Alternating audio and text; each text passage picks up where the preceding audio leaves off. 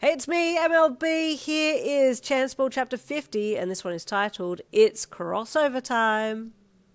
Not only did she think Dabi was hot, she also respected him and looked up to him. He was amazing, confident, knew what he wanted in life, and on top of that, he was kind enough to pay her attention and help her. She smiled to herself as she entered her house that night. Kind of like the thought of people thinking I'm with Dabi.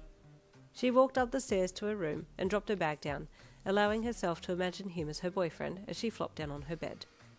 Tuesday you had work, and so did Dabi, so you left from college grounds and went to your job, and you assumed that he had gone to his too, but little did you know he had skipped his last lot of classes to go back to Nekoma to see his boys again. Things still weren't good between you two, with a lot of tension still hanging in the air. I hate this, you thought as you walked the last bit to work, putting a hand on the door to the store and pushing it open. We don't even talk anymore. Plastering a pleasant look on your face, you gave your boss a smile as he stepped in and then put your bag away to start work. Dabi strolled down the street, making his way back to his old high school and pausing as he entered the gates, his mind being flooded with so much nostalgia. He took a long breath in through his nostrils and reached back to his hoodie, pulling it up and over his head and dropping the rim of it low over his face as he walked across the gate runners.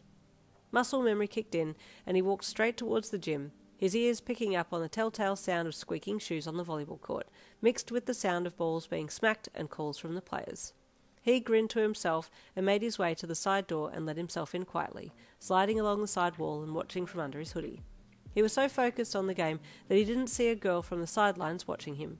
Wanting to get a better look, he sauntered to the back wall and leaned up against it with hands in pockets. Soon a break was called and he waited until Kuro had stepped off the court. "Oi!" he called sharply to the Ravenet, who had lifted his shirt up to wipe his brow of sweat. Kuro's body stiffened when he heard the voice and looked back over his shoulder to see who had called him, then smirked. "Oh ho! You decided to sneak in, Captain," he teased, turning to make his way over to his ex-captain. Dabi gave Kuro a lopsided smirk and pushed off the wall and then took his hand from his pocket to slap palms with Kuro as a greeting. "I wasn't expecting you to sneak in," Kuro said. "Your mouth usually enters before you do." "I'm a changed man," Dabi replied dryly, pushing his hoodie off to reveal his black spiky hair. Doubt it," Kuro teased, before turning to his teammates and calling them over to introduce the guy. "Team, this is last year's Captain Dabi." The team gave a polite greeting to Kuro's senior, and Dabi smirked. "You got them on a tight leash there, Kuro. They seem like well-behaved guys." "Yes, much more than you were, yes," Kuro replied. "It was us that had to keep you in line." "Suffering from long-term memory loss there, Kuro," Dabi teased. "One too many balls to the head." "You can blame Lev for that," Yaku jeered. "What? What have I done?" Lev asked, not quite following the conversation. A smattering of giggles and chuckles coursed through the team and Kuro smirked. As the team was still laughing, Kuro looked over his shoulder at someone, then looked back to Dabi before letting his eyes wander back to that someone again. I got someone I want you to meet, too," Kuro said to the Ravenet, his amber eyes never leaving someone sitting along the wall as he spoke to Dabi. Dabi's turquoise eyes followed Kuro's gaze and landed on a girl sitting on the side bench. She was giving Kuro a shy look, her eyes flicking to Dabi's and then back to Kuro's. Kuro turned and started walking over to the girl, so Dabi followed suit, and the girl stood up and brushed the palms of her hands on the sides of her school skirt nervously. Hey," she greeted sheepishly, once Dabi had gotten close enough for a greeting. "I'm short stack, or girlfriend," Kuro quickly interjected before she could say her name. "Kuro better be treating you well," Dabi said to the girl, giving his ex-teammate a look. "If you say because if he's not then I'll do it for him, I'll knock you one," Kuro threatened lightly with a smirk. Dabi let out a low chuckle. "You know me too well, Kuro," he replied in a cheeky voice, then looked back to Kuro's girlfriend. "Nice to meet you." "What?" Kuro asked with surprise. "No passes at her?" "You're right here," Dabi replied with a smirk. "I do my flirting in private, or would you like me to make a pass at her with you present?" "I feel like it's a rites of passage. I know you approve of my girl if you make a pass at her," Kuro replied with a smirk. Dabi looked at Kuro's girl, his turquoise eyes slowly detailing from her face, down her body, and then back up again, and he nodded approvingly. "Reminds me of my missus," he said lowly. The poor girl looked a little flustered, and she looked at her boyfriend for help. Kuro?" she asked. "Mind knocking this creep out for me? I don't want to get my hands dirty." "Smart mouth, too," Dabi commented. Kuro grinned. "She's only got eyes for me. Sorry, Dabi." Dabi smirked as he looked at Kuro's girlfriend again. "Good. Keep it that way." There was a pause before Dabi spoke to the girl again. "You keeping my vice in line, are you?"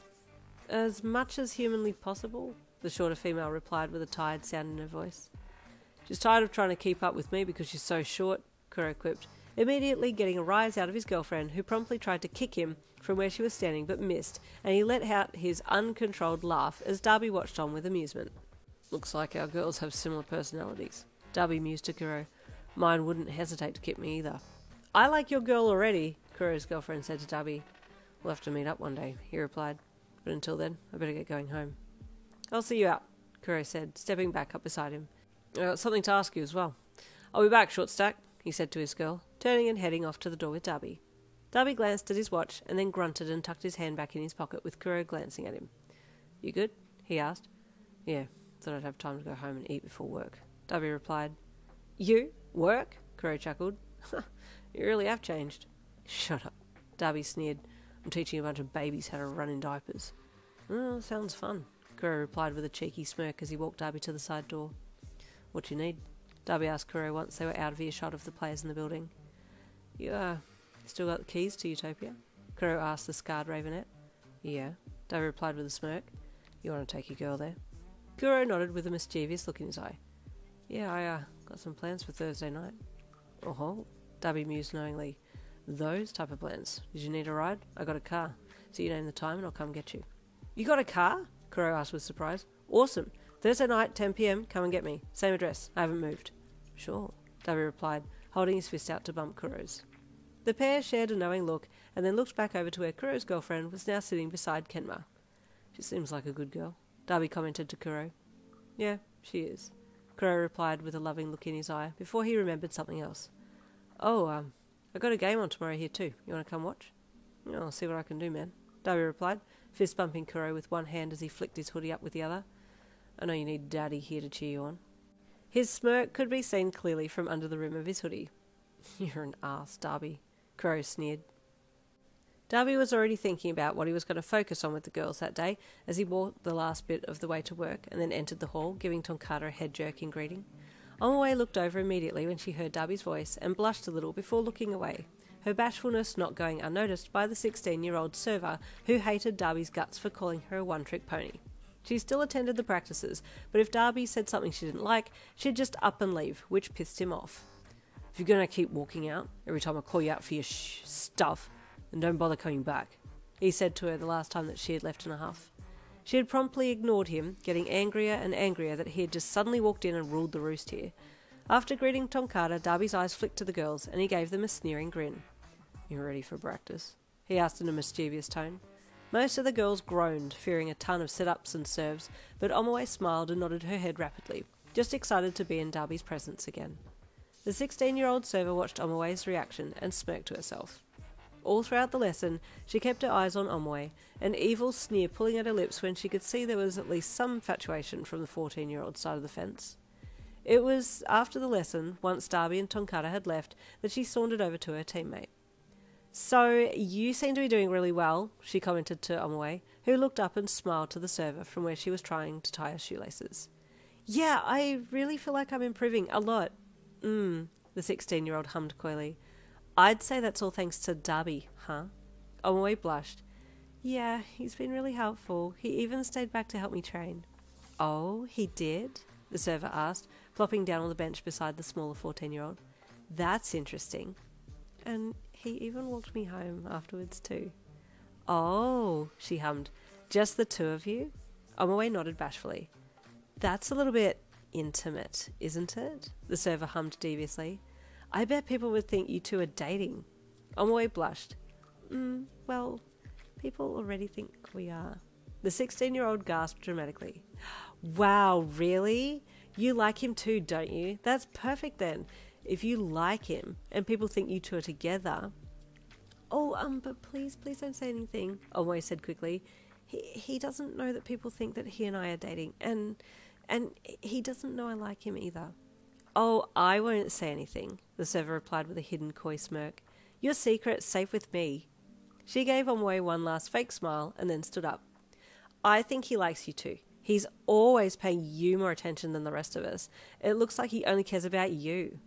Omawei's face went bright red, and she covered her cheeks with her palms. Just the thought of Dabi possibly liking her back was enough to make her flustered. The 16-year-old smirked and left, satisfied that she had enough information to be able to ruin Dabi, should she see the opportunity arise. Dabi was late home that night again, reeking of alcohol. You'd gone to bed early, so you only vaguely remember him crawling into bed beside you. The next morning, you got up and went to college without him. You didn't care if he skipped classes or not, that was his problem, not yours. After class, you headed back home. Dabi wasn't there, but did you really care at that point? These days, you were starting to get used to being alone. Dabi had skipped college that day, and once his hungover ass had settled a bit, he had gone back to Nekoma to support his boys again, at Kuro's request. He was starting to get used to relying on his past teammates and work to give him fulfillment. Things with you at home were more than prickly, and he just didn't want to be in the house alone with you. What was he going to say anyway? You two are completely different people now. Oh, it's not good. Stay tuned for the next chapter, chapter 51, coming tomorrow. I'll see you then.